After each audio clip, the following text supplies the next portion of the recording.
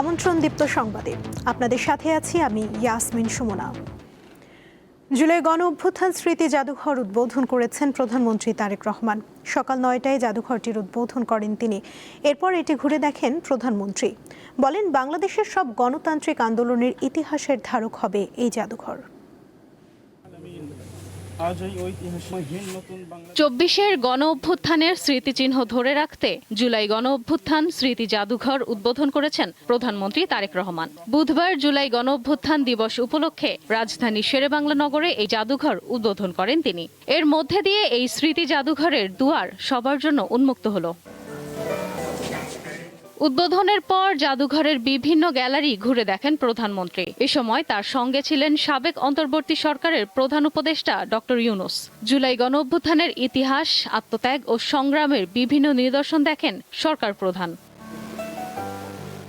অনুষ্ঠানে জুলাই গণ অভ্যুত্থানের ঘটনা প্রবাহ, গণমানুষের অংশগ্রহণ ও বিজয়ের ইতিহাস ভিত্তিক একটি প্রামাণ্যচিত্র প্রদর্শন করা হয়। পরে তিনি জুলাই ৩৬ শীর্ষক আলোচনায় অংশ নেন।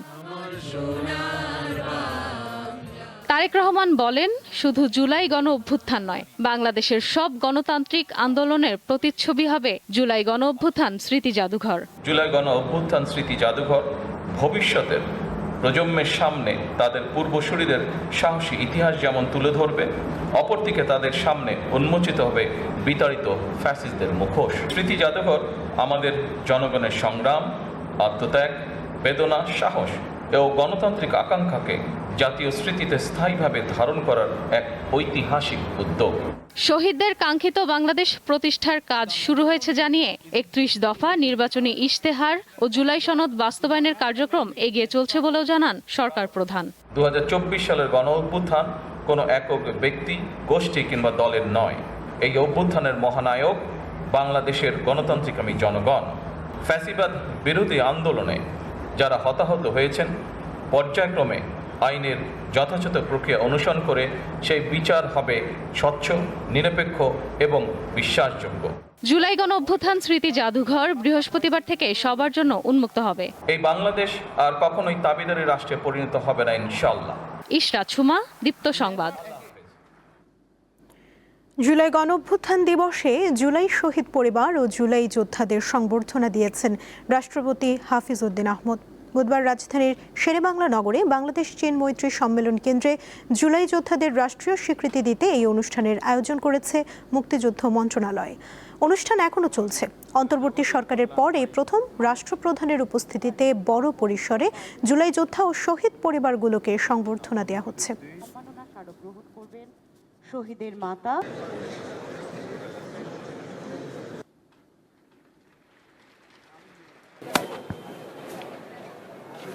সম্মাননা স্মারক প্রদান।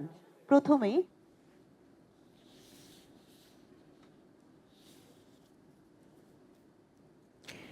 নানা আয়োজনে সারা দেশে পালিত হচ্ছে জুলাই গণ অভ্যুত্থান দিবস। ২ বছর উপলক্ষে জুলাই শহীদ স্মৃতিস্তম্ভে ফুলেল শ্রদ্ধা জানান সর্বস্তরের মানুষ। আয়োজন করা হয় জুলাই যোদ্ধাদের সংবর্ধনা অনুষ্ঠান ও আলোচনা সভার। জোরালো দাবি জানানো হয় সকল হত্যাকাণ্ডের বিচারের।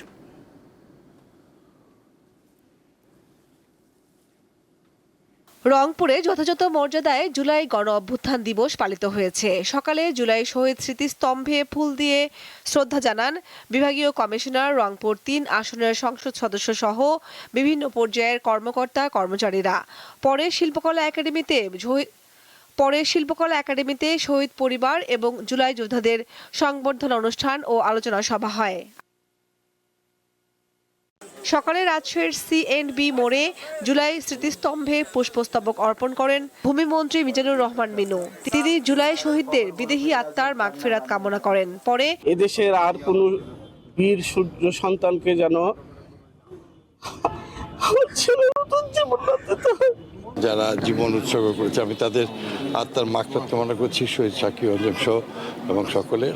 যারা আহত হয়ে পঙ্গুত্ব হয়েছে তাদেরকে অতি দ্রুত চিকিৎসা দেওয়া হচ্ছে, আরও সুচিকিৎসা দেওয়া হবে এবং এদিকে জুলাই জাতীয় সনদ সরকার বাস্তবায়ন করবে বলে জানিয়েছেন ভূমি ও পার্বত্য চট্টগ্রাম বিষয়ক প্রতিমন্ত্রী মীর মোহাম্মদ হেলাল উদ্দিন।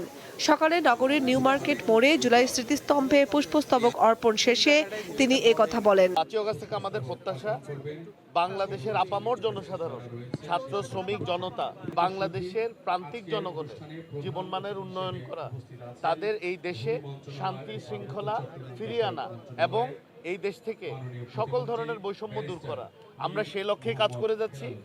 বরিশালে জুলাই শহীদ স্মৃতিস্তম্ভে ফুলেল শ্রদ্ধা জানান তথ্য ও সম্প্রচার মন্ত্রী জহিরুদ্দিন স্বপন। এ সময় অর্জিত গণতন্ত্রকে প্রাতিষ্ঠানিক রূপ দেওয়ার অঙ্গীকার করেন তিনি। যেই শহীদের রক্তের বিনিময়ে আমরা বাংলাদেশ পেয়েছি, যেই শহীদের রক্তের বিনিময়ে আমরা ফ্যাসিবাদকে হটিয়েছি, সেই শহীদের রক্তের মর্যাদা প্রতিষ্ঠা করার জন্য দেশের অর্জিত গণতন্ত্রকে আমরা প্রাতিষ্ঠানিক রূপ দেওয়ার জন্য দৃঢ় প্রতিজ্ঞ থাকব।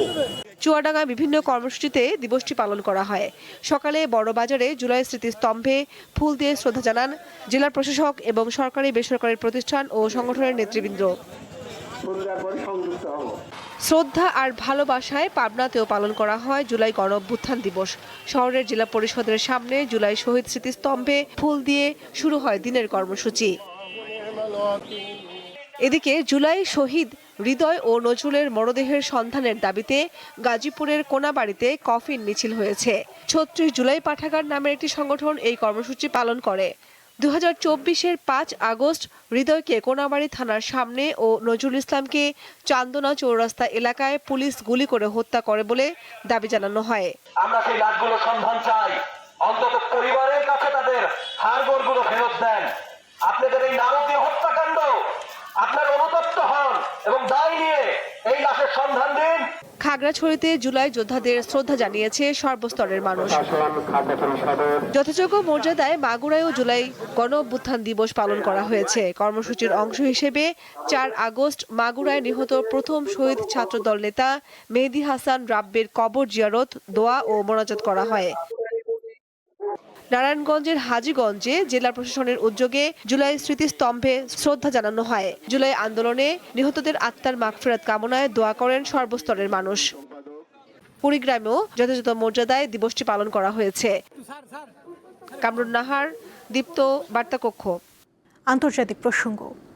গুরুত্বপূর্ণ সমুদ্রপথ হরমুজ প্রণালী সচল করতে বুধবারের মধ্যে ইরানের সঙ্গে একটি চুক্তি হতে পারে বলে মন্তব্য করেছেন যুক্তরাষ্ট্রের অর্থমন্ত্রী স্কট বেসেন্ট। এতে বিশ্বব্যাপী জ্বালানি বাজারের অস্থিরতা কমবে বলেও আশা করছেন তিনি। মঙ্গলবার সংবাদ মাধ্যম সিএনবিসিকে দেয়া এক সাক্ষাৎকারে এ তথ্য জানান মার্কিন অর্থমন্ত্রী। বলেন, ইরানের সাথে যুক্তরাষ্ট্রের আলোচনা চলছে, বুধবারের মধ্যে একটি চুক্তি হতে পারে। হরমুজ প্রণালী ব্যবহারকারী জাহাজ থেকে ইরান কোনো টোল আদায় করতে পারবে কিনা এমন প্রশ্নের জবাবে বেসেন্ট বলেন, সেখানে অবাধ চলাচল নিশ্চিত করা হবে। এদিকে ইরানের বিরুদ্ধে যুদ্ধ চলাকালীন সময় যুক্তরাষ্ট্র তাদের বিশ্বব্যাপী মজুদ থাকা দূরপাল্লার ক্ষেপণাস্ত্রের প্রায় সব ব্যবহার করে ফেলেছে বলে আন্তর্জাতিক সংবাদ মাধ্যম রয়টার্স ও সিবিএস নিউজের প্রতিবেদনে দাবি করা হয়েছে। তবে পেন্টাগন এসব দাবির তীব্র বিরোধিতা করেছে।